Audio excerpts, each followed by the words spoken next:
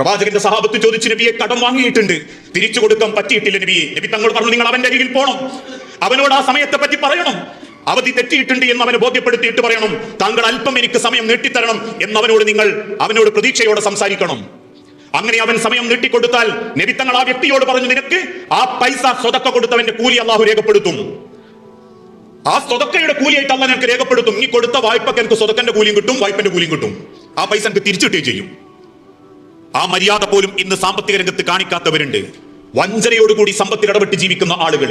ഇത് സാമ്പത്തിക രംഗത്താണെങ്കിൽ കുടുംബത്തിൽ പോലും ഇല്ലേ, സ്വത്തിന്റെ വിഷയത്തിലില്ലേ, കാരണവന്മാര് അതല്ലെങ്കിൽ കുടുംബത്തിലെ ഏതെങ്കിലും തലമുതിർന്നവര് ബാക്കിയുള്ളവരൊക്കെ പറ്റിച്ചോണ്ട് മുതലാക്കുന്നവര്, ഇനി വാപ്പാന്റെ സ്വത്തുണ്ടായിട്ടും ഇതുവരെ വീതിക്കാത്തവര്, ഏതെങ്കിലും ഒരു അവനാന്റെ കാര്യത്തിന് വേണ്ടി ഇതിപ്പം വീതിച്ചാൽ എന്തെങ്കിലുമായിട്ട് എനിക്ക് കിട്ടാണ്ടായി പോകും, കിട്ടുന്നത് കുറച്ച് ചിലപ്പം മോശപ്പെട്ട സ്ഥലമായി പോകും എന്നുള്ളതിന്റെ പേരിൽ പെങ്ങന്മാർക്കോ അല്ലെങ്കിൽ ഏട്ടന്മാർക്കോ അനിയന്മാർക്കോ ഒക്കെ ആവശ്യം ഉണ്ടായിട്ടും ആഗ്രഹം ഉണ്ടായിട്ടും അതിനുവേണ്ടി മുന്നിട്ടിറങ്ങാത്ത ചില കുടുംബക്കാരുണ്ട്.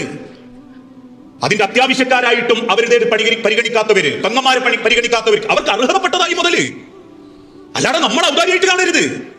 അവസാനം പെങ്ങളെ മക്കൾ ഗതി പിടിക്കാണ്ട് ഇങ്ങനെ നടക്കുമ്പോൾ എന്തെങ്കിലും ഒരു പൈസ കിട്ടിയെ പൊരയൊന്ന് വാർക്കായിരുന്നു, എന്തെങ്കിലും ഉണ്ടെ ഗൾഫിക്ക് ഒരു വിസ സംഘടിപ്പിക്കായിരുന്നു എന്ന് ചിന്തിക്കുമ്പോൾ ആങ്ങളുടെ അടുത്തേക്ക് 10 തവണ ചെന്നു, മൈൻഡ് ചെയ്യുന്നില്ല. കാരണം കാർണോല് മൂത്തതായി പോയതുകൊണ്ട് പേരിൽ മാത്രം ആ വഞ്ചനയുടെ മുൻപിൽ, വിശ്വാസ ചതിയുടെ പിന്നിൽ വാപ്പാന്റെ സ്വത്ത് അനുഭവിക്കാതെ മരിച്ചു എന്ന എത്ര പെങ്ങന്മാരും ആങ്ങളമാരുണ്ടെന്നറിയോ? അവസാനം വർഷങ്ങൾക്ക് ശേഷം മരിച്ചോയ മക്കൾക്ക് പിന്നെ ഓതില്ല എന്ന് പറയുമ്പോൾ തലയും വാലുലാണ്ട് ആ സമ്പത്ത് അവനാന്റെ പരിധിയിലാക്കി അന്നത്തെ തുടക്കത്തിലെ മാർക്കറ്റ് വില അനുസരിച്ചിട്ട് പെങ്ങന്മാരെ മക്കൾക്ക് എന്തെങ്കിലും കൊടുത്ത് ഒഴിവാക്കി അവനാന്റെതാക്കിയിട്ടുണ്ട്.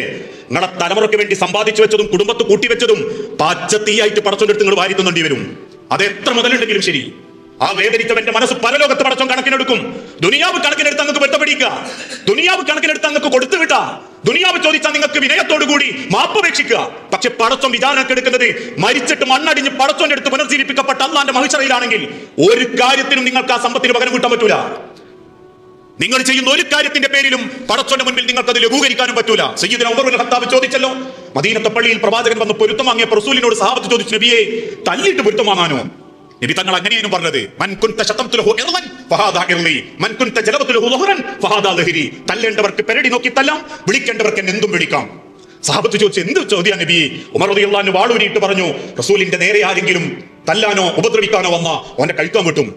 അന്ന് വരെ ഉമർ ഇബ്നുൽ ഖത്താബിനോട് ദേഷ്യപ്പെടാത്ത നബി തങ്ങൾ പറഞ്ഞു, ലാ ഉമർ, വേണ്ട ഉമറേ വേണ്ട, അവർക്ക് ചെയ്യാനുണ്ടേ ചെയ്യട്ടെ.